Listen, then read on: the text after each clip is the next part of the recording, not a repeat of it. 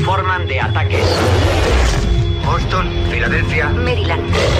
Fuentes oficiales de la Casa Blanca afirman que la CIA tiene defensas contra armas químicas. 1:09. Buenas madrugadas, amigos. La verdad es que hay noches y hay épocas que parecen condicionadas por una sensación general. Y sin duda, este año del 2008, desde hace un tiempo ya, parece regido por una extraña sensación, visión, inquietud que tienen muchos seres humanos.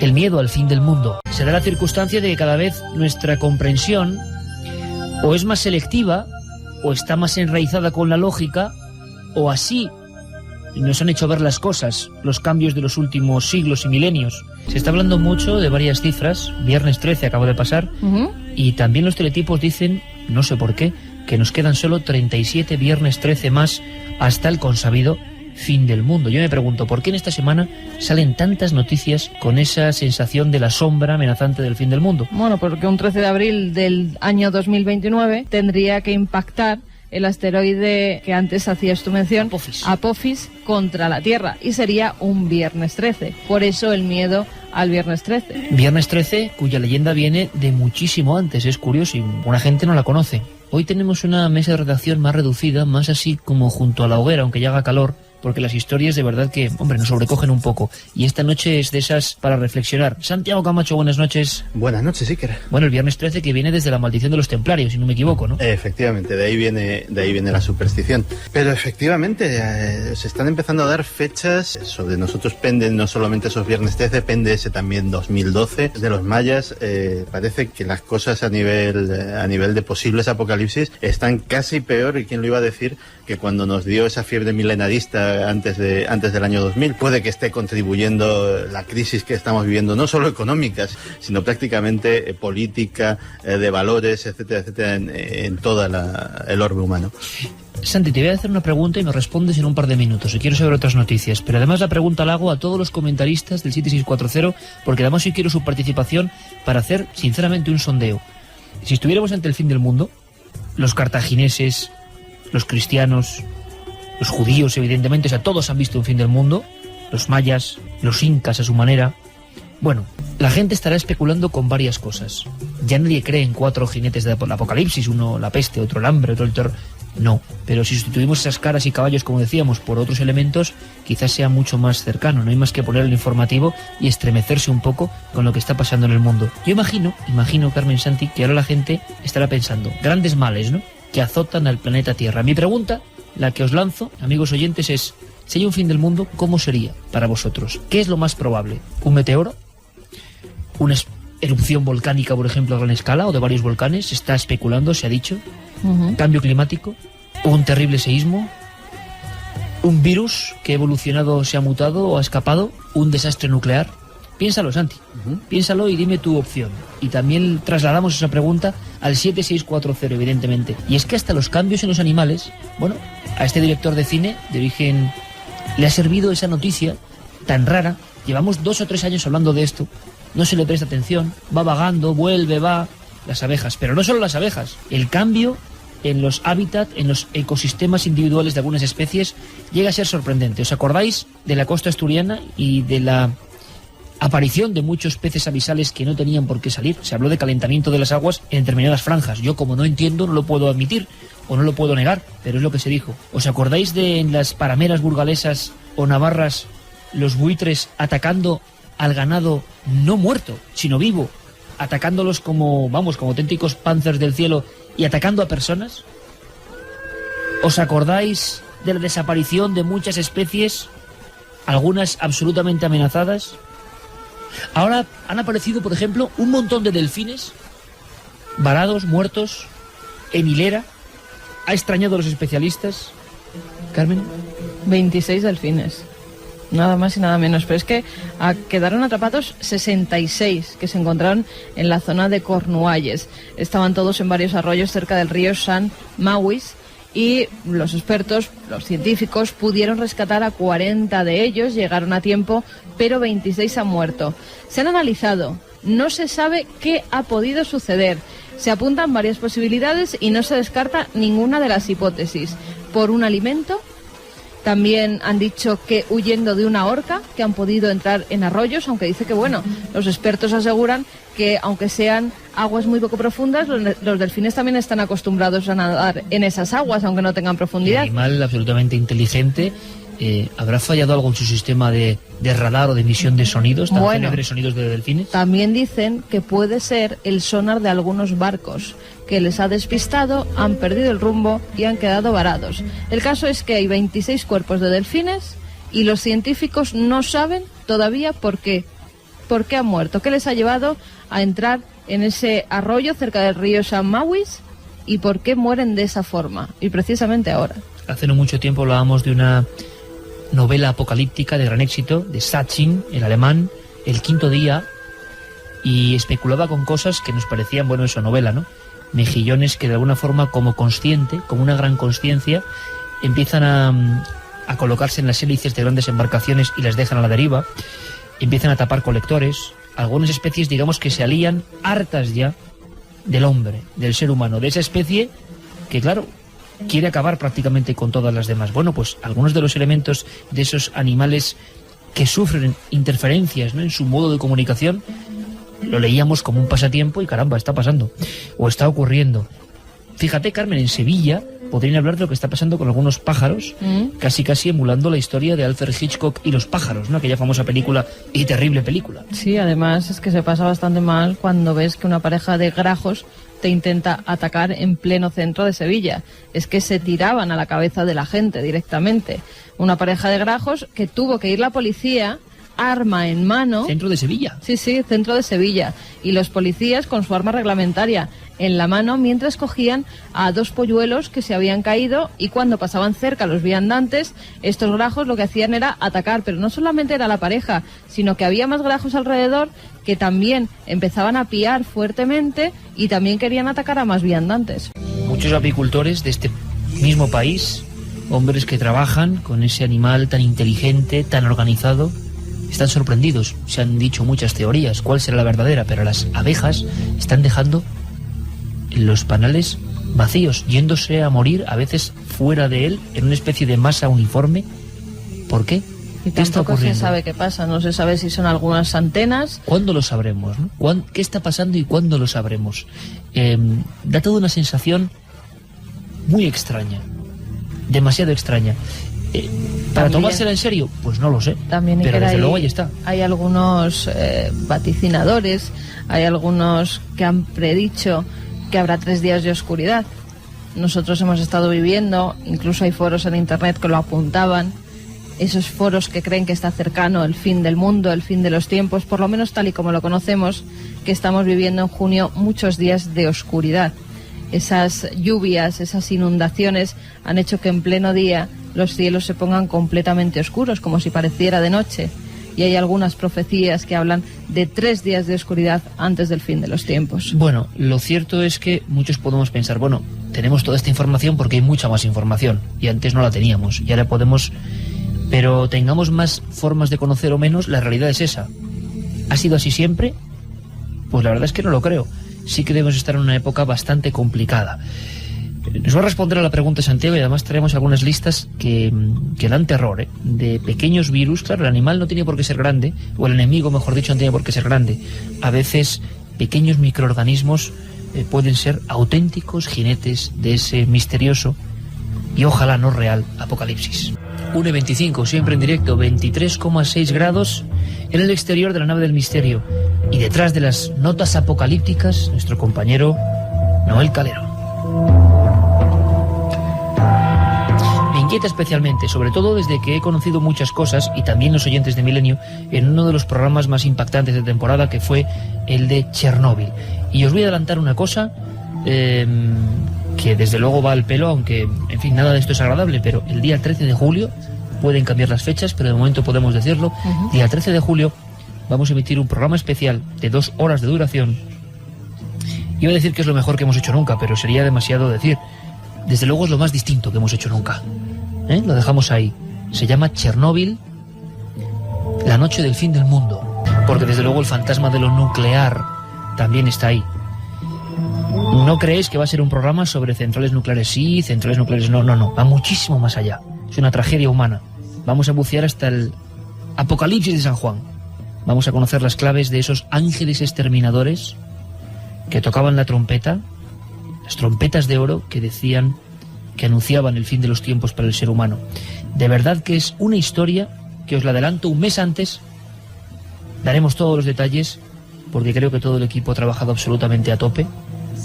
Muchos dirán, no tiene que ver con lo paranormal, desde luego que no. Tiene que ver con el misterio, desde luego que sí.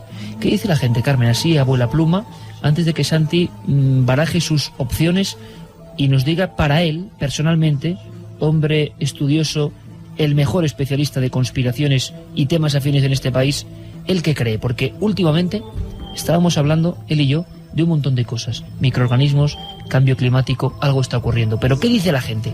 Que también son realmente sabios. Vamos a repetir esas dos vías de contacto. Iker Milenio 3 con número @cadenaser.com y 7640, palabra clave milenio, espacio, y vuestros comentarios, vuestros mensajes, vuestra opinión. ¿Cómo creéis que se podría acabar el mundo?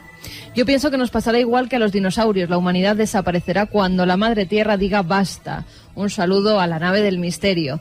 El hombre es capaz de hacer las cosas más maravillosas del mundo y a la vez las más devastadoras y crueles. Acabaremos con el planeta. La naturaleza se revela cada día.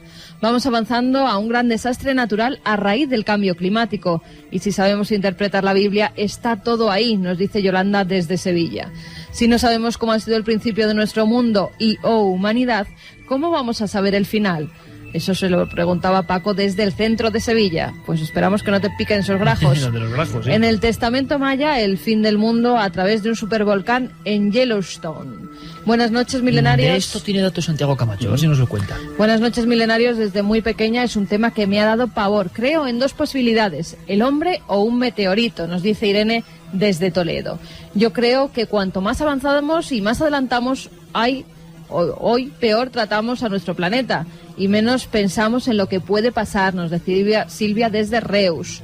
El quinto día, 1300 páginas increíbles. Gracias a vuestra recomendación, me encantó. Os hago caso en todas las recomendaciones literarias. Saludos. Muchas gracias. Podemos equivocarnos, pero desde luego va en esta línea de esta noche, ¿verdad, amigo? Buenas noches, Juan Carlos desde Valencia. Gaia es un ser vivo y nosotros nos estamos convirtiendo en su enfermedad.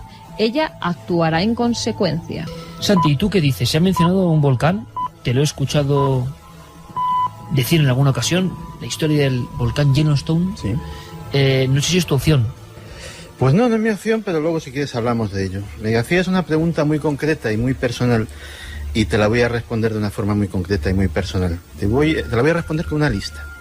Mira, encefalitis venezolana, encefalitis equina oriental, enfermedad de Marburg, fiebre amarilla, fiebre chikungunya, fiebre de dengue, fiebre de Rif, gripe, viruela, ántrax, brucelosis, cólera, legionela, muermo, peste pulmonar, tifus y tularemia.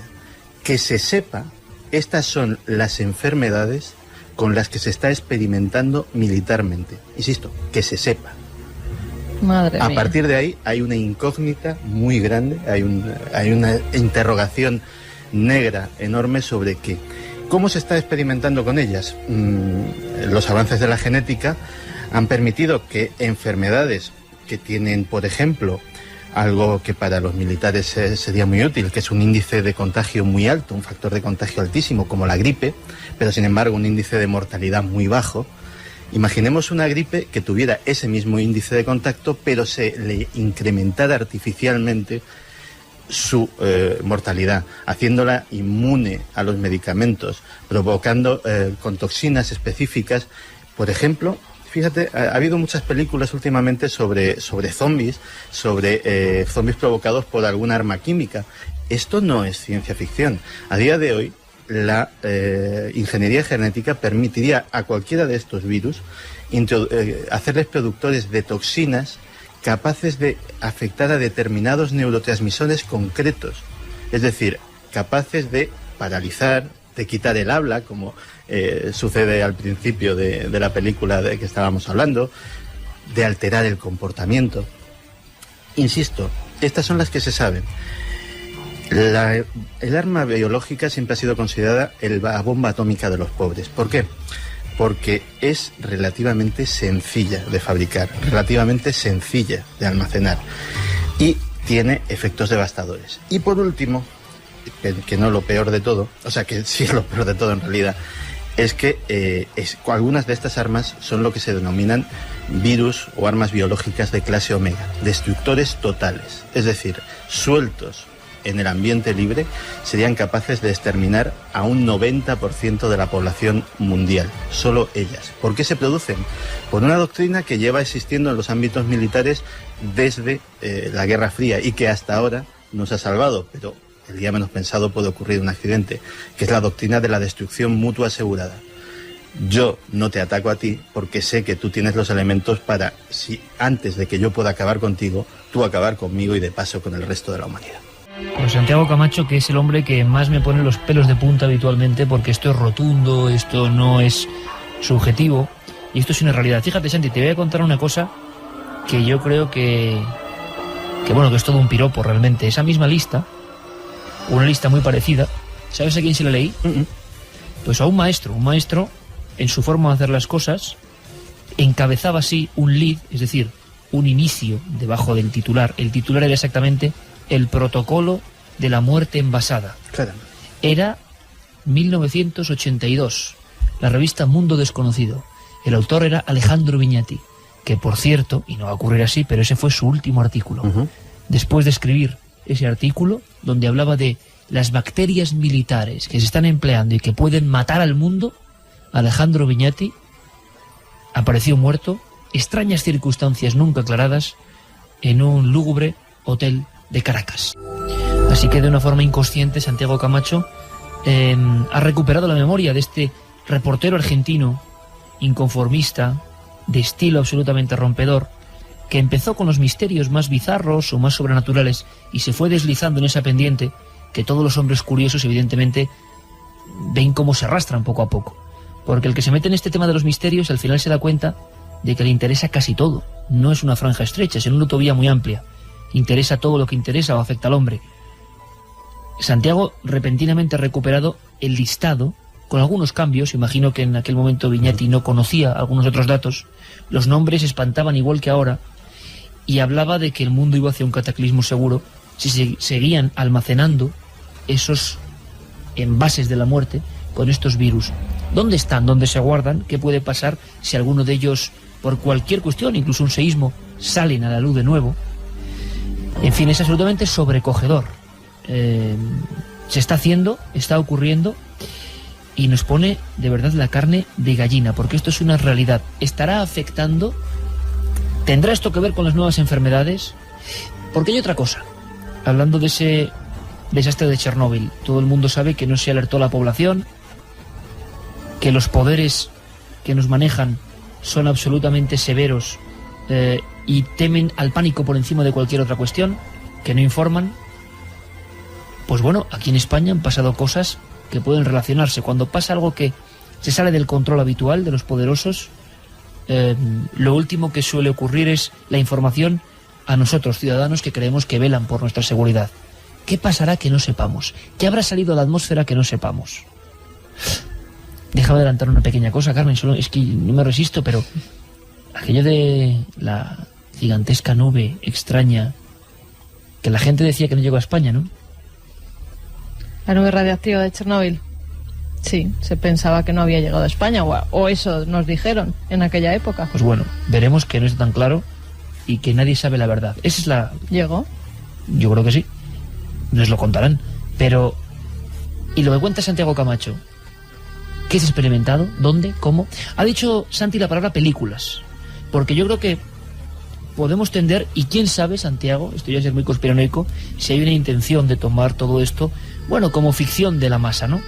Que se quede solamente en, bueno, argumentos para películas donde el mundo se queda vacío, donde los virus pueden con el hombre, pero quizá haya una maniobra de intoxicación, nunca mejor dicho, también ahí, y las películas estén más cerca de la realidad de lo que pensábamos.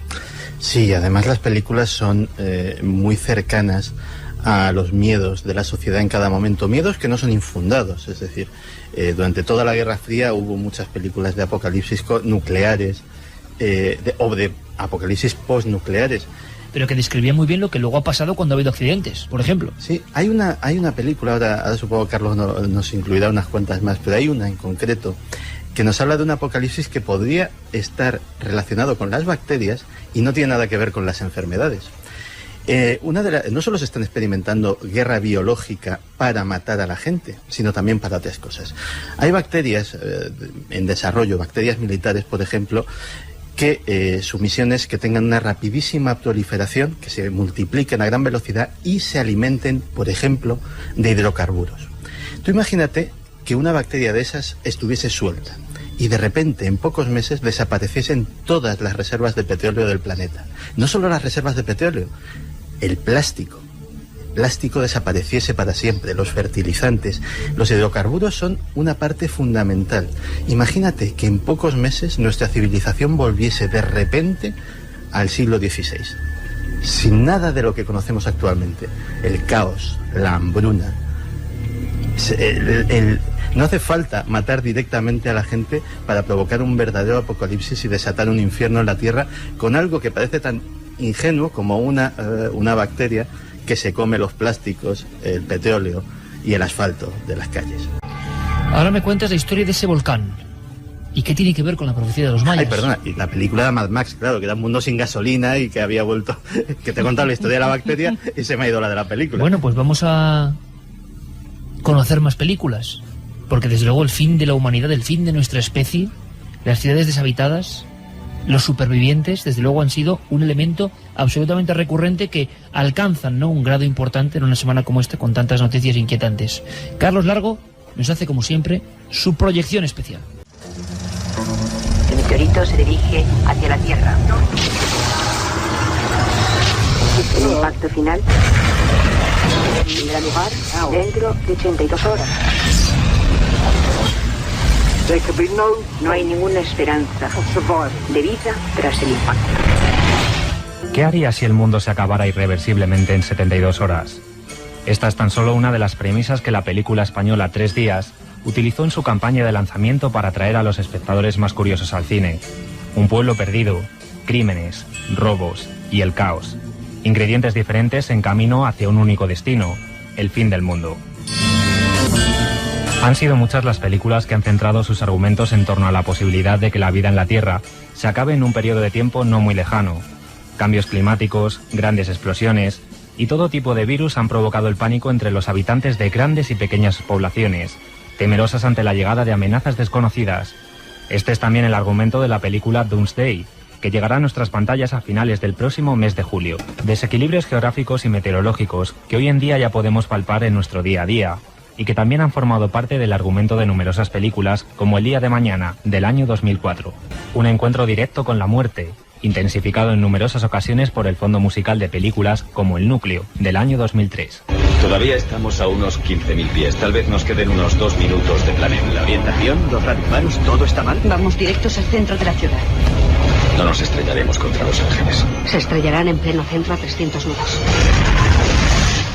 Y terminamos por hoy con otro de los ingredientes básicos en este tipo de películas, el sentimiento heroico de sus protagonistas, incluso en los momentos de mayor peligro.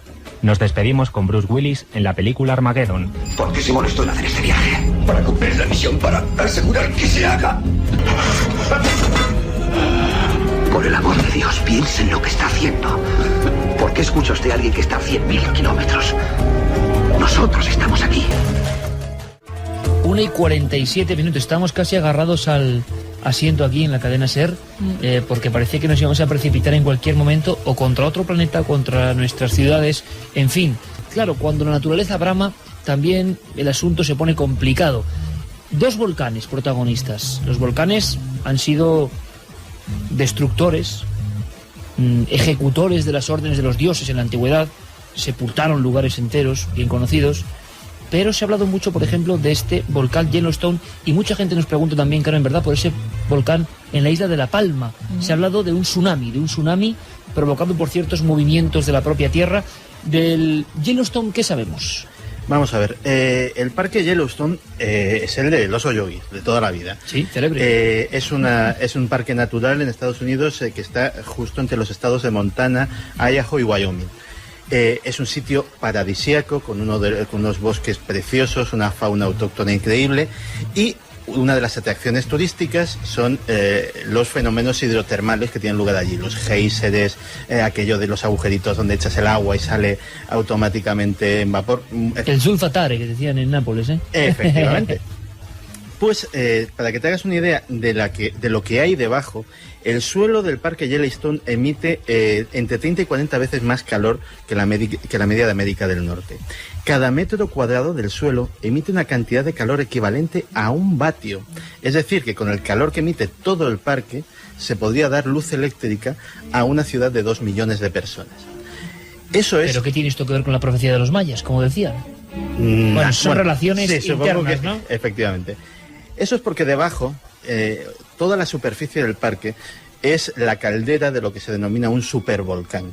Es un volcán inmenso, está debajo, bajo tierra, hay una caldera de magma de enormes proporciones y se cree que algún día aquello estallará. El problema es que hace muy poco se empezó a medir la elevación del suelo en el parque de Yellowstone y últimamente ha subido de los 7 centímetros por año, lo cual en términos geológicos es una barbaridad. Una barbaridad. Y está alertando de que a lo mejor esa explosión no está tan lejana. ¿Qué tendría esto como consecuencias? Pues básicamente sería una explosión de un tamaño superior en 10.000 veces a la explosión del monte Krakatoa, que fue la mayor explosión volcánica registrada históricamente en los últimos tiempos.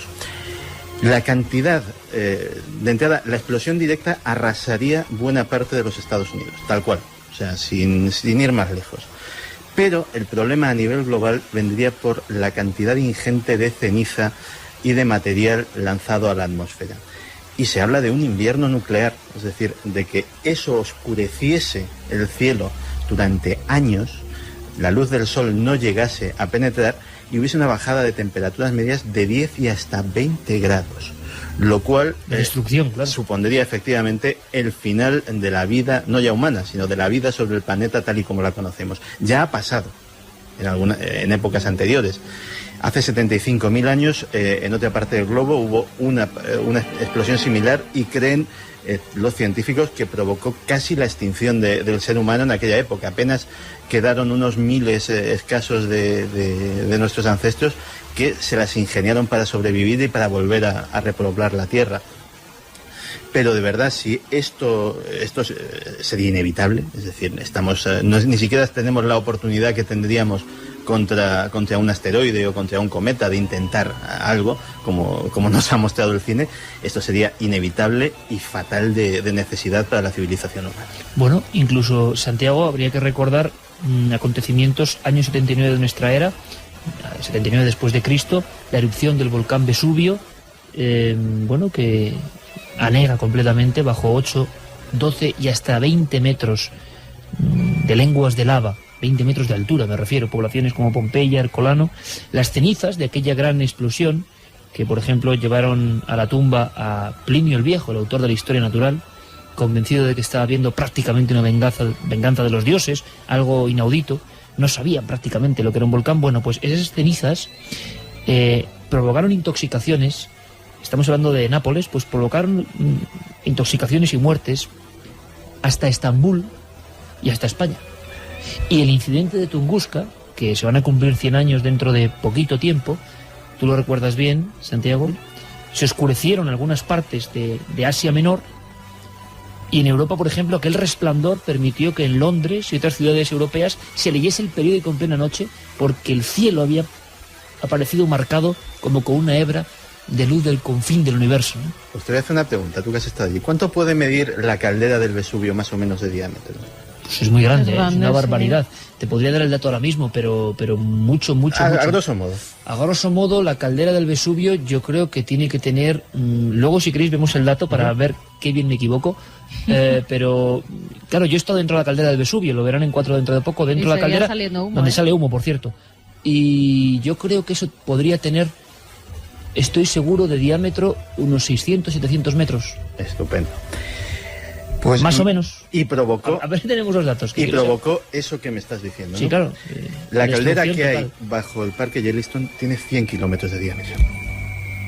Extrapola. 100 kilómetros de diámetro. Antes de que Carmen cuente el dato, bueno, el Cumbre Vieja, sí. Hay que comentar algo. ¿Qué sabemos de este lugar? Porque los amigos de Canarias siempre han estado muy inquietos, ¿verdad? Pues mira, las noticias decían que catastróficos tsunamis podrían derivarse del derrumbe de un volcán de La Palma. Olas de cientos de metros amenazarían a Canarias, a la costa este de América y las occidentales de África y Europa. Se verían afectados unos 100 millones de personas. Se ha hablado mucho, se han hecho reportajes documentales sobre el gran tsunami, ¿no?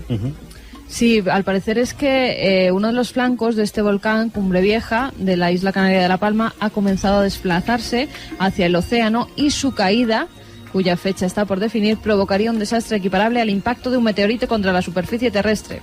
Pues para que no me digan que soy yo el alarmista, voy a citar textualmente. En 1998 se publica una obra colectiva que se llama Ciencia y Cultura en Canarias, y uno de los párrafos dice: existe uno de estos rift, el de Cumbre Vieja, ya muy desestabilizado.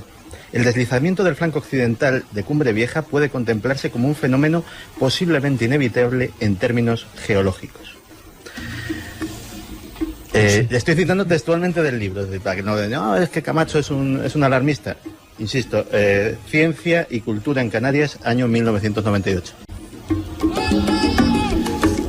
Antes de tener más datos, ¿qué os parece si... Bueno, había mucha gente, y luego escuchamos vuestros mensajes interesantísimos, vuestras opiniones, porque no hay forma de sondear lo que dice la calle, lo que dice la gente, como el 7640 y el Milenio 3, que siempre me lo olvido, @cadenaser.com para vuestros correos, fotos, lo que queráis.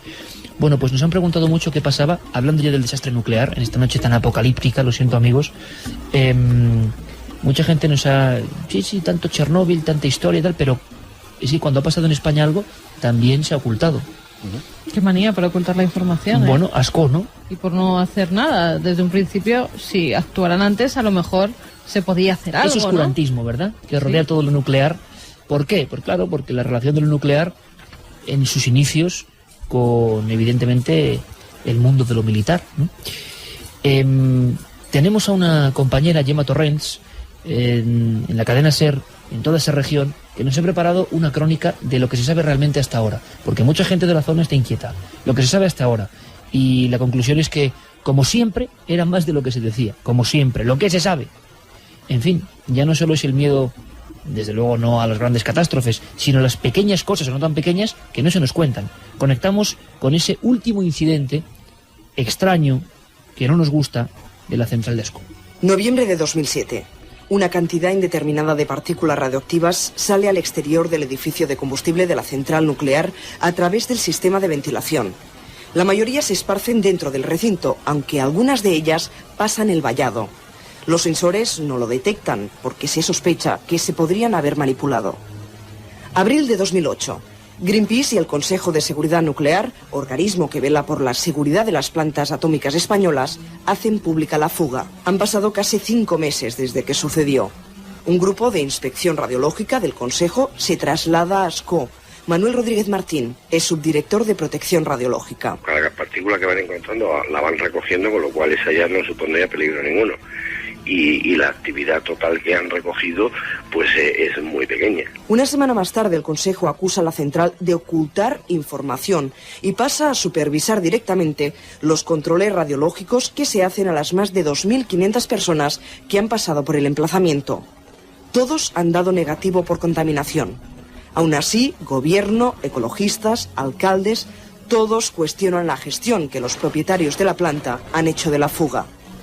La gota que colma el vaso es la salida de la central de un camión de chatarra que lleva entre la arena incrustadas partículas radiactivas. Se detecta la radioactividad cuando llega a destino. Eugeni Vivas, portavoz de la central, lo justifica así. Se ha mirado y esas partículas provienen de un contenedor que había estado donde precisamente se han encontrado las partículas durante todo ese proceso. Carmen Martínez Ten, presidenta del Consejo, asegura que antes de agosto propondrán una sanción. Estemos instruyendo el expediente sancionador ante los incumplimientos que hemos detectado y que esperamos poder proponer al Ministerio de Industria, Comercio y Turismo, que es el que finalmente impone la sanción antes de finales del mes de julio. En Ascó la gente vive tranquila. Más tranquilas y frescas que una lechuga. Mira, tomar café cada día. No pensamos nunca en esto que tenemos aquí arriba. Lo de la contaminación de Flix en el río me preocupa más. Los maridos de las 5 señoras, todos trabajan en la central nuclear. Que mejor a la 1:59 minutos y luego venimos con un montón de cosas, incluido el relato de Teo Rodríguez que se llama El Bucle. Luego os lo comento. Uno se da cuenta de que la música está hecha precisamente para algo que hemos casi olvidado: variar nuestra percepción, ponernos en otro estado. No sé cuál es, pero es otro distinto que no es la realidad cotidiana. Por cierto que hablaremos muchas veces, si es posible, si nos dejan, de esas realidades que se alteran. Por ejemplo, esta sensación que tenemos de inquietud, que estamos trasladando, que estamos comentando, que hemos enarbolado este programa por las noticias que hemos ido recogiendo, se han reflejado de inmediato en el 7640. Iker, dirigido a ti. El día después de Chernóbil trabajaba con un detector de rayos beta. La radiación de ese día no me dejó terminar mi experimento. 13 de julio, ¿eh? Le hemos llamado la noche del fin del mundo, así de duro. 26 de abril del 86. La misma Madre Tierra se está encargando ya de pararnos, nos dice Juan de desde Algeciras. Algo está pasando en el comportamiento de los animales. Creo que este comportamiento lo demuestra. El final, que me parece más posible, es un meteorito o una epidemia. Buenas, hay una película sobre la guerra nuclear sobrecogedora. Se llama El día después. Es muy buena. Os olvidáis de una posibilidad, una última guerra que destruya la civilización que conocemos. Es curioso porque la Tercera Guerra Mundial aparece ahí como cuarta opción y apenas hemos hablado de ella. Da la sensación de que la antigua fricción entre bloques ya no es tanta, pero aparecen nuevos conceptos, ¿no? Y nuevas guerras, si cabe más terroríficas. Vivo en el Bierzo, enfermaron los negrillos y murieron después los castaños. Ahora los laureles, las abejas, los animales. Está claro, pruebas químicas, nos dice Aurora. Hola milenarios, no os olvidéis del virus ébola con una mortalidad del 90, con el que experimentan los rusos en los centros llamados Corpus 0 y Corpus 1. A mí esto ya en fin, me da hasta un mareo. El ébola con esa hélice negra, ¿no? Esa imagen que dices, ¿cómo algo tan pequeño puede dar tanto miedo, no? Buenas noches a todos. Yo creo que el final será un desastre nuclear, aunque supongo que habrá especies que lo resistirán. Las cucarachas, dicen, ¿no? Sí, fíjate que estábamos hablando de la Tercera Guerra Mundial y todos los años la CIA y el Departamento de Defensa norteamericano hacen un estudio, se lo encargan a un grupo a un panel de expertos sobre escenarios de guerra para tener planes de contingencia de cuáles son los más probables. Hay uno que se lleva destacando desde hace muchos años y que es desde luego un escenario absolutamente apocalíptico. Empezaría con un gobierno islámico, un golpe de estado de un gobierno islámico en Pakistán. Según estos expertos, automáticamente habría un ataque preventivo nuclear por parte de las autoridades indias, lo cual desencadenaría una tercera guerra mundial, ya que parece ser que las alianzas serían probablemente China se pondría de acuerdo o apoyaría a Pakistán contra su archienemigo que es la India. Estados Unidos no tendría más remedio que apoyar a la India y estaríamos en otro conflicto que ya parecía con esa dinámica de bloques de la que decías antes desaparecida, ya parecía muy lejano y sin embargo está muy cerca. Tenemos dos naciones nucleares en conflicto abierto como son la India y Pakistán en una región donde el equilibrio de poderes es muy inestable. No hay que perder nunca de vista lo que pasa en Pakistán. Yo siempre que hay noticias internacionales de Pakistán subo el volumen de la televisión y las veo muy atentas. La franja esa de Cachemira tan célebre para todos los amantes del misterio por las teorías que hablan de Jesús, ¿no? En fin, hay zonas de una inestabilidad constante que provoca a su vez como pequeños terremotos que se van prolongando. Y da la sensación a veces, aunque por fortuna, también hay que decirlo, no somos muy conscientes, de que hay esa delgada línea roja que está a punto de quebrarse, ¿no? Y miedos antiguos, claro, porque la diferencia es que ya está claro que en cualquier conflicto grande, el hombre, esa especie, ¿no? Ese homínido que ha llegado al espacio, también ha sido capaz de crear el suficiente mal para destruir su planeta. Es que es algo inconcebible, en su totalidad, de exterminar la vida, una especie logra exterminar la vida al completo, ¿no? Díganme si esto no es un enigma. Ricardo Arís nos decía, hola amigos, Stephen King escribió sobre la aniquilación del 90% de la población en su novela Apocalipsis. En este caso era una supergripe tan contagiosa como mortal. Describía muy bien que un 6% de la gente moría no por el virus, sino por sus consecuencias, vandalismo, accidentes o incluso hambre. Sería como volver a la Edad Media, puesto que el conocimiento lo habríamos adquirido, pero ¿cómo lo transmitiríamos? Es tan buena la novela que es la única que Stephen King ha escrito 2 veces. La escribió al principio de su carrera... Apocalipsis. La escribió al principio de su carrera en una versión corta con el nombre de El baile de la muerte. Y buen título, años después hizo una versión extendida, digámoslo así, muy extendida, de más del doble de páginas, que llevó ya el título definitivo de Apocalipsis, y para mi modesto gusto es la mejor novela de Stephen King de largo. Pues tú que sabes mucho de ese tipo de novelas, Santi, seguro que es buenísima. Y con esta música de fondo, fíjate, eso de la danza de la muerte me está recordando algunas viejas pinturas, las danzas de la muerte, ¿no? Que invaden Europa en el siglo XIV. Hay algunas como la de la población de Morella, que da un miedo terrible, que es el esqueleto gigante tocando la flauta, tocando las notas, y toda la humanidad como títeres están bailando sin darse cuenta que es su último baile. O por ejemplo en Navarra, donde hay algunas impresionantes en el castillo de Javier, impresionantes, que estaban ocultas por lo tétricas que eran, y vemos el concepto ese de el esqueleto gigante que nace, que es la propia humanidad que se devora a sí misma, ¿no? O sea que los antiguos también tenían a veces esas sensaciones, ¿no?, de que en un momento dado todo podía acabar si seguíamos por mal camino. José de Ponferrada nos dice, se está desarrollando un modelo de bomba EMP, impulso electromagnético, que dejaría ciudades enteras en la Edad Media. Bomba EMP. Desde luego que no suena nada bien, ¿eh? Con estos colaboradores es un lujo hacer el programa, porque yo, y lo saben bien mis amigos, en mis cuadernos yo apunto todo porque luego hay que investigarlo todo. Hola, soy Vanessa de Tenerife. Hace un mes iba hacia mi trabajo y por el camino veía algunas abejas moribundas y algunas ya muertas. Me dejó muy extrañada. Una cosa, Santiago, tenías pendiente y desde hace unos minutos me lo decías, oye, que no se me olvide contar algo de la glaciación. Sí, porque claro, llevamos muchos años barajando la idea de un cambio climático hacia un escenario de mayor calor, pero estamos desechando la otra posibilidad, que es hacia una era glacial, hacia una época de mayor frío. Y es que el equilibrio climático del planeta es tan delicado que precisamente el aumento de las temperaturas, el aumento de los gases de efecto invernadero puede provocar justo el efecto contrario. De hecho, ya sucedió. Cuando una de nuestras glaciaciones fue cuando todo el hielo que había en la zona que actualmente es Canadá, precisamente por un aumento de las temperaturas, se derritió y llenó de agua dulce el norte del Atlántico, lo cual interrumpió la corriente que hace que el Atlántico sea un termorregulador de todo el planeta, y provocó una era glacial que sacudió Europa durante cientos de años. Pues a día de hoy, por ejemplo, yo el otro día me extrañó mucho cuando regresaron los tripulantes del buque Hesperia, el buque español de investigación ártica, y que se encontraron con una sorpresa. Dice, no, es que en la Antártida ahora, a día de hoy, normalmente nos cuesta una semana hacer el campamento. Este año nos costó casi un mes y había récord de pingüinos, porque efectivamente, como luego se han demostrado con las imágenes del satélite, este año ha habido récord absoluto de hielo en la Antártida, y cuando digo récord absoluto, es récord absoluto de todos los tiempos registrados, es decir, una cantidad de hielo increíble.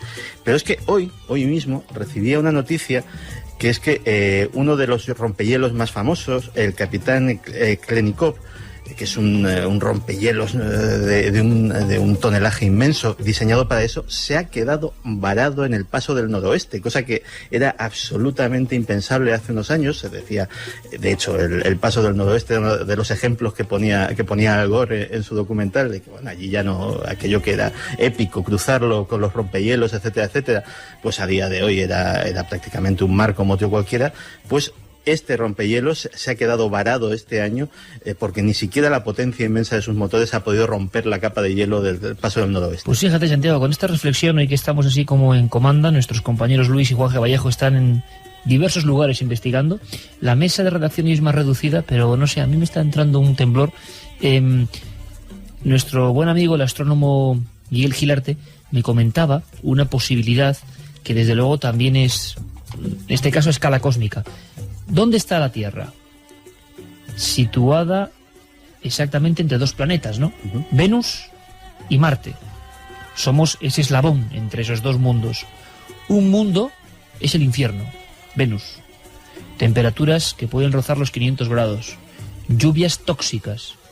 Una atmósfera que impide ver prácticamente el terreno. Solo los soviéticos con las sondas Venera 9 llegaron hasta allí y retrataron el puro infierno. Los rayos del sol entran y no vuelven a salir porque chocan con esa espesura. O sea, el infierno absoluto donde todo se derrite. Marte, un planeta más frío, que pudo ser como la Tierra algún día, que en alguna instancia remota fue parecido quizá a nuestro mundo y que se secó, se heló en parte y la temperatura puede alcanzar los 180 grados bajo cero. Y Miguel Gilarte y el propio Carl Sagan, el gran Carl Sagan, decía: nuestro querido planeta azul, nuestra humilde mota celeste en mitad de la nada, en una estrella mediocre, en una galaxia mediocre, envuelta de miles de millones de galaxias más importantes, puede tender con el tiempo, nosotros no lo veremos, pero tenderá hacia uno de los dos extremos: el infierno abrasador de Venus o el gélido mundo del planeta rojo llamado Marte. También desde el principio del tiempo hay una vieja teoría que dice que los hombres o mujeres que se han portado mal, que han cometido un crimen, que están condenados, vieja tradición ancestral, a repetir una y otra vez en la otra vida ese momento dramático, ¿no? Un pequeño purgatorio, más bien un pequeño gran infierno, ¿no? Yo os decía que inspiró a Teo Rodríguez esta historia, que luego, como todas las historias, cuando uno se sienta y escribe va complicándose, pero me lo describía Teo hace poco, y eso que era muy de mañana cuando me lo describía, y a mí me inquietó. Me dice: Teo, ¿has escuchado el relato? Digo, sí, lo he escuchado ya, lo voy a poner la siguiente semana. El bucle. Ese hombre que atropella a esas dos personas está condenado una y otra vez en el más allá a repetir la escena dolorosa para él. Y me dice que un día, uno de tantos, baja de su domicilio para dirigirse a la radio. Teo trabaja también en otros programas de esta casa. Y claro, todavía es de noche. Y últimamente no sé qué ha pasado, que además las noches como que se han extendido. No parecía el mes de junio, había una oscuridad que realmente inquietaba un poco, ¿no? Bueno, pues la típica avenida completamente vacía, nadie todavía se ha levantado, y me cuenta Teo, y hasta aquí puedo contar, que en mitad de la carretera, con la soledad absoluta de las ventanas apagadas, los coches perfectamente alineados, no hay nadie a la redonda, y en mitad de la carretera hay un pájaro negro que está durmiendo, agazapado en sí mismo, en mitad de la carretera, en mitad de la calle. Y esa escena le empieza a hacer imaginar cosas, ¿no? Y acaba en esta historia. Pero es una escena un poco fuerte, ¿verdad? Pero nos ha pasado en alguna ocasión de ver algún... cuervos negros. Pero como durmiendo también. Varios. En Frankfurt. En Frankfurt, sí. De noche. De noche. Aparecían los cuervos Muy negros, seguidos. no sé si es tradición tener allí los cuervos en... No creo. Pero es que, fíjate, un pájaro que durmiendo así con las... Pero como hecho una pelota. A ver si como se encontró respirando, con el Botman. Como, y no lo sabe. Como respirando. Ay, en mitad de... En fin, nos pareció una historia digna de ser escrita. ¿Seguro que era un pájaro? Ah, nunca lo sabremos. Pájaros no, pero perros mañana vamos a ver muchos. Mañana vamos a ver un montón de perros, un montón de amigos, todos los que quieran acercarse hasta el concurso de perros sin raza que hace ANAA todos los años. Es la Asociación Nacional de Amigos de los Animales. Podéis tener toda la información de cómo llegar, porque incluso en su página web, www.anaaweb.org, pues está la dirección, que es el Centro Hípico Club Nueva Cartuja, que está en Fuente el Saz. Te ponen además, si vienes en coche, cómo llegar. Si vas en autobús, cómo llegar también. A qué hora salen los autobuses, a qué hora llegan, a qué hora te puedes volver. Todo lo que hay que hacer. Incluso te puedes descargar el cartel de este concurso de perros sin raza, que como todos los años hace ANAA, y que como todos los años desde que nos invitaron, pues nosotros vamos a estar allí apoyando a estos animales a los que pues algún desalmado ha abandonado. Quizás se le repita también ese bucle, como en el relato de Teo. Sí. Algunos lo merecen, desde luego. Y si amáis a los animales, esta gente hace una labor altruista total, increíble, salvando muchas vidas, muchísimas vidas. No os imagináis qué historias. Animales también, sí, nosotros vamos a ir con Merlín, que por cierto Merlín debuta mañana en Cuarto Milenio, ¿eh? Bueno, ya ha salido en algún anuncio, pero mañana sale. Pero os digo una cosa, que vamos a estar allí. Santi, te apuntas, ¿no? Claro que sí. Santi va a estar ahí. Oye, estáis todos invitados, compañeros, porque yo creo que va a merecer la pena y porque es un poco... claro, uno puede pensar, puedo hacer 1000 cosas el domingo, el día... Bueno, pero nosotros queremos apoyar a esta gente porque hacen una labor de verdad encomiable, como muchísima gente. Y en Acógelos.org, que de nuevo han puesto lo de los collares para los perritos, que solo con hacer un clic en el ordenador, acógelos.org, hacemos un clic con el ordenador y con varios de esos clips, pues empresas que fabrican esos collares antiparásitos van a donarlos gratuitamente a los perros pues que no tienen Acógelos.org, que nosotros estamos a favor de cualquier iniciativa con los seres humanos, evidentemente, y con cualquier criatura viva, porque lo que estamos hablando hoy, la cosa está muy mal, o sea que tenemos que mostrar nuestro apoyo y estar ahí. Así que si mañana queréis estar con nosotros, la web era, Carmen, para informarse.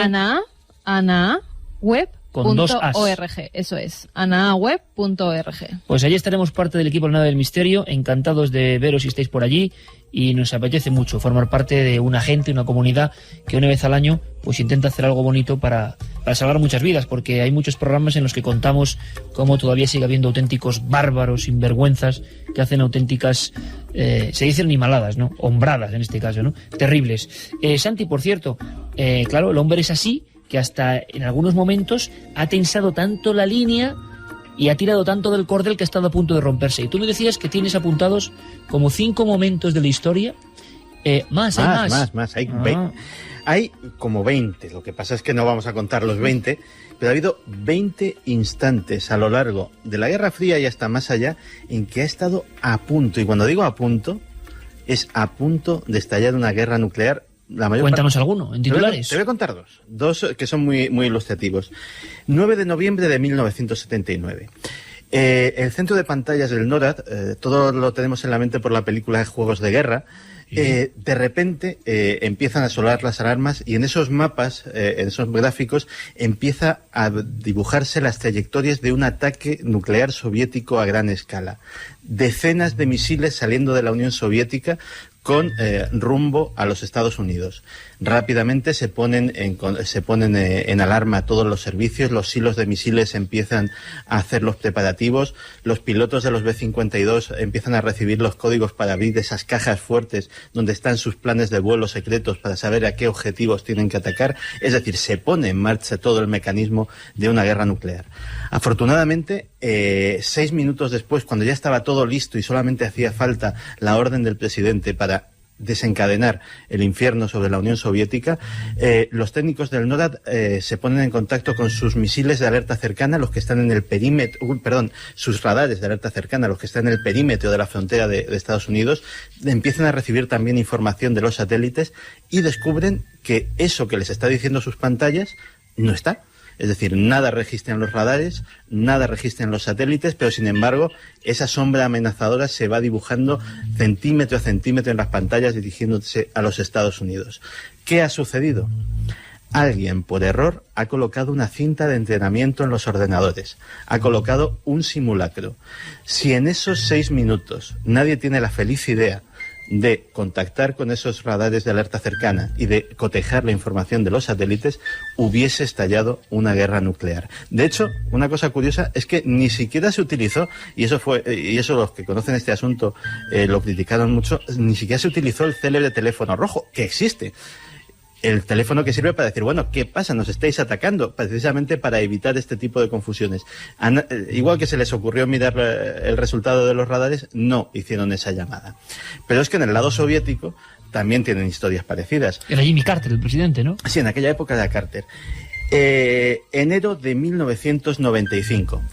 Esta vez los que se llevan el susto son los rusos. De repente, en una zona cerca de Spitsbergen, en Noruega, descubren el lanzamiento de un misil que lleva rumbo directo hacia Moscú. Calculan que el impacto será en unos 10 minutos. También se ponen todas las alertas en funcionamiento, se empieza a seguir ese aparato. se vuelve a poner submarinos nucleares, bombarderos, silos de misiles, camiones móviles con plataformas de lanzamiento, todos empiezan a recibir órdenes hasta que, analizando la trayectoria del misil, descubren que el impacto va a ser fuera de las fronteras de Rusia. ¿Qué ha sucedido? El gobierno noruego ha lanzado un cohete de investigación científica avisando, de hecho pasan un aviso a 35 países precisamente para evitar este tipo de accidentes, pero por un error burocrático este aviso no llega a la central de defensa rusa. Es que suena como También, de la tía, vamos. Efectivamente. También en este caso la línea se podía haber roto hasta unos extremos fatales. En el 95, en el 95. Es decir, como junio de 1980, un chip de ordenador defectuoso que también provoca un caos de esto. 24 de octubre de 1973. Hay que hacer un programa sobre eso, Santiago. De 1973. Momentos que estuvo el mundo a punto de quebrarse. Sí, sí. En fin. Hay 20. O sea que el factor humano al final, el tipo que está tecleando y que, no sé, por coger el café y tal, se da una tecla mal, va y está a punto de meter, es que es de novela, el mundo en un conflicto, ¿no? Uh-huh. Luego dice, tiene que haber una ultraseguridad, pero cuántos errores grandísimos. ¿Será un error? Esta voz que vais a escuchar es la voz de uno de los investigadores de la Universidad de Southampton, que está investigando en la supuesta Atlántida en el Reino Unido. Nos ha dejado muy sorprendidos esta historia. Vamos a escucharle. Donde estamos no está lejos de una de las calles principales, y estaríamos observando el interior de un conjunto delimitado de calles muy tranquilas, periódicamente rotas por la plaza de un mercado. También veríamos algunas estructuras eclesiásticas de gran tamaño. Hay alrededor de 7 iglesias y un par de monasterios, y muchas veces con un gran bullicio de gente dirigidos principalmente por la economía del puerto. Habrá que seguir con mucha atención esta noticia. Yo ahora mismo extendía los brazos así diciendo, bueno, pero ¿esto qué hay de esto? Porque, en fin, bueno, pues ya hemos hablado de la arqueología un poco explosiva, que luego se queda así en nada, sobre la cuarta pirámide y demás, pero es que esto ¿qué pasa? Dicen que han hallado las ruinas de una iglesia del siglo XIII, que formaba parte de la llamada Atlántida británica, que era un gran puerto medieval, con monasterios, con palacios, con viviendas, que quedó bajo las aguas en el este de Inglaterra. O sea, pero no tiene nada que ver con la Atlántida mítica. No. Le llamaban la Atlántida británica. Uh-huh. Ahora lo entiendo un poco mejor. Sí. Lo han descubierto. Es que yo decía, caramba, esto nos han quitado la Atlántida de las costas de Cádiz y no puede ser. La llaman así, la han descubierto gracias a los radares acústicos especiales, porque al parecer, pues uno de los estudiosos se basó en algunos mapas y en algunos planos y en algunos documentos del siglo XVI, empezó a buscar por la zona y ha encontrado pues lo que debe ser una ciudad enorme, una de las más importantes en la Inglaterra de aquellos tiempos, y piensan descubrir por lo menos 2 iglesias, un monasterio, un palacio. Pero estamos en lo mismo, Estamos en lo mismo, Santiago, y esto es preocupante, es el marketing ya lo invade todo. Tienen que poner en los titulares Atlántida. Claro. Porque si no, esto no igual no tiene subvenciones. Y uno bucea y dice, caramba, nunca mejor lo dicho de bucea. Aquí en Atlántida nada. Le llaman ustedes Atlántida porque les da la gana, pero con Atlántida no tiene nada que ver. Y siendo las Islas Británicas, menos mal que no la han llamado Camelot, que ¿sí? También es otra ciudad perdida que tienen por allí. Yo apuesto siempre, claro, por Cádiz y Huelva y esa zona, ¿no? Y las marismas. Y por cierto, que se nos olvidaba, el Cádiz estaremos el día 27, 27 de junio, Teatro Falla, creemos casi 100%, porque hay también un poco de misterio. Que la cadena SER en Cádiz. Contacto con la cadena SER de Cádiz, porque allí les darán todos los datos. Los amigos de la cadena SER en Cádiz que nos querrán matar por decir esto, pero es que la gente está muy desconcertada. Ya así nos quieren matar. Es que hace ya unos meses que la nave del misterio no viaja, y claro. Hay ganas, que después de los exámenes que está ahora toda la gente. Y quién sabe si con lo que estamos contando hoy es el último viaje de la nave del misterio. ¿Quién sabe? O sea que hay que estar en Cádiz. Esperemos que no seas malagorero. Tú. No. Bueno, una historia terrible. La nave seguirá viajando, Iker. ¿Os imagináis una corriente putrefacta? Un río negro, un río pútrido, un río donde está lo peor de la sociedad argentina. Bueno, pues es una historia. Bueno, escuchad primero este corte, este documento, y luego os cuento algo de la historia. De verdad que es de esas también de película, por desgracia, pero está pasando ahora mismo. Sí, bueno, mira, el sitio es el Riachuelo de Buenos Aires. Es uno de los límites naturales de la ciudad de Buenos Aires, que como ustedes bien saben, es la capital del país, ¿no? De Argentina. El riachuelo es un poco un emblema de corrupción y de desidia para todos los argentinos, porque está sucio y con aguas podridas y malolientes desde fines de 1870. Nosotros teníamos noticias aisladas, cada tanto aparecía un cadáver en las aguas del riachuelo, eran hechos aislados, sin conexión aparente. De hecho no hay aún nada que establezca una conexión entre ellos, pero nos llamaba la atención la periodicidad. Entonces hicimos una investigación, no había estadísticas oficiales. La investigación nos da justamente eso, ¿no es cierto? Que en 40 meses aparecen 17 cadáveres, en los últimos 40 meses, es decir, desde 2005, de enero de 2005 hasta ahora, terminado el mes de abril de 2008. Es la voz del compañero Héctor Gambini, del célebre diario Clarín, y encargado de la sección de policiales, como dicen allí. Un arroyo infecto donde aparecen 17 cuerpos en tan corto espacio de tiempo. Desde luego es para tomárselo muy en serio. Continuamos con su relato, con su crónica de hechos. Nos pusimos a investigar y bueno, lo primero que vimos o que tuvimos en cuenta es que sobre las aguas del río, de acuerdo al lugar donde aparezca el cuerpo y de acuerdo al día del mes en que esto ocurra, la investigación le puede corresponder a 69 fiscales o jueces diferentes. Y bueno, allí empezamos a tratar de determinar qué había pasado con cada uno de esos cuerpos, y encontramos un patrón común en todos, que es las historias incompletas. Si se sabe quién es la persona, si se pudo identificarla, no se sabe bien cómo murió. Y por el contrario, si pudieron determinar eso, no tienen aún la identidad. Y muchos de estos cadáveres que están apareciendo en este lugar tan de pintura negra son los sin nombre, de los que hemos hablado en alguna ocasión. Personas que nadie reclama. En algunos casos, Héctor Gambini, desde luego, no los podrá olvidar mientras viva. Más conmovedor me parece que es el de una mujer que está flotando en esas aguas, o estuvo flotando allí bastante tiempo. Sacaron el cuerpo hace ya como 2 años y hasta el día de hoy no se sabe quién es. El cuerpo estaba abierto en el vientre, tenía una costura quirúrgica, digamos, en todo el tórax. Y la principal hipótesis de la fiscal que investiga el caso es que se trata de una mula del narcotráfico, es decir, una mujer a la que le hicieron ingerir cápsulas con cocaína, posiblemente para enviar a Europa o a otro lugar donde la droga se comercializa más cara que aquí en América, y que alguna cápsula se le pudo haber reventado y por lo tanto la abrieron para quitarle la droga, que resultaba para los narcos más valiosa que la propia vida de la persona que la transportaba, y que una vez hecho eso arrojaron el cadáver al riachuelo como quien arroja una cáscara de banana cuando termina de almorzar. Estábamos hablando del fin del mundo, y esto también es el fin del mundo, ¿no? Ya lo creo, y de hecho es terrible. Aquí, afortunadamente, en España sí pasan cosas parecidas, pero contamos con otro tipo de herramientas, gracias a que en 1999 se crea el programa Fénix, de colaboración entre la Guardia Civil y la Universidad de Granada. Pues se ha podido dar nombre a muchos de nuestros sinnombres, a muchos de estos cadáveres misteriosos, y bueno, los técnicos de la Universidad de Granada han conseguido muchos éxitos en esta batalla por poner al menos un nombre, un apellido y una fecha de nacimiento en esas tumbas en esas tumbas blancas, en esas tumbas que solo tenían antes un número.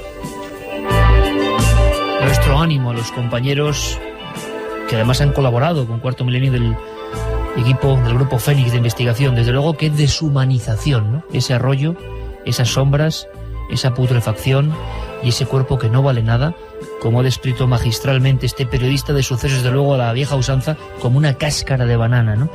¿Qué vale más, la droga o la vida de la mujer? Evidentemente la droga. ¿No es esto el fin del mundo? No hacen falta meteoros, ni explosiones, ni virus. ¿No está el fin del mundo ya en esta especie completamente deshumanizada? Y este contraste que es Milenio 3, ¿no? el lado oscuro y las luces. Las luces a veces en forma de nuevos descubrimientos, zoológicos, por ejemplo. Nuevos descubrimientos, además, que parecen de leyenda. No todo iban a ser cosas malas en este mundo. Y es que ha aparecido un unicornio. ¿Un unicornio? No creíamos en los unicornios, pues existen. Pero no como nos lo imaginamos, como un caballo blanco con un cuerno en medio. Se lo dicen a Carlos V. De su frente, sino que es un ciervo. Un ciervo. Un ciervo. En Italia, cerca de Florencia, en una reserva natural. Se ha podido fotografiar incluso en el Centro Nacional de Ciencias Naturales en Prato.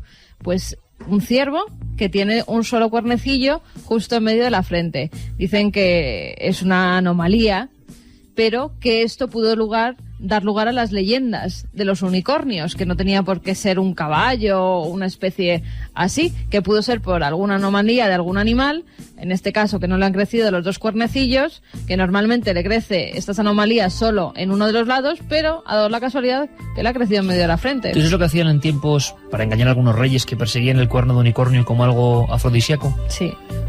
¿Sabías, no? Yo sí. Quitaban el diente del narval, que era ese maravilloso espécimen, ¿no?, de las aguas frías y gélidas de las que nos hablaba Santiago Camacho hace unos minutos, y le quitaban y se lo pegaban, o se lo colocaban de alguna forma, y claro, es que el cuerno del unicornio de los grabados de los tapices es el cuerno del narval, el diente del narval realmente. Tienen uno en el Museo de Ciencias Naturales, en los bajos fondos, por decirlo de algún modo. Vamos con los mensajes, Carmen, porque mira, tengo la lista más o menos definitiva. Cambio climático número 1, ¿eh? Mira, 10 formas de acabar con el mundo según nuestros oyentes. Cambio climático, 1. Virus, 2. Autorregulación de la naturaleza, 3. Meteorito, 4. Erupción volcánica, 5. Tercera Guerra Mundial, 6. Catástrofe nuclear, 7. Armas químicas, 8. Glaciación, 9. Contaminación, 10. 10 formas de terminar con el planeta. Desde luego las tenemos identificadas, a ver si las podemos frenar.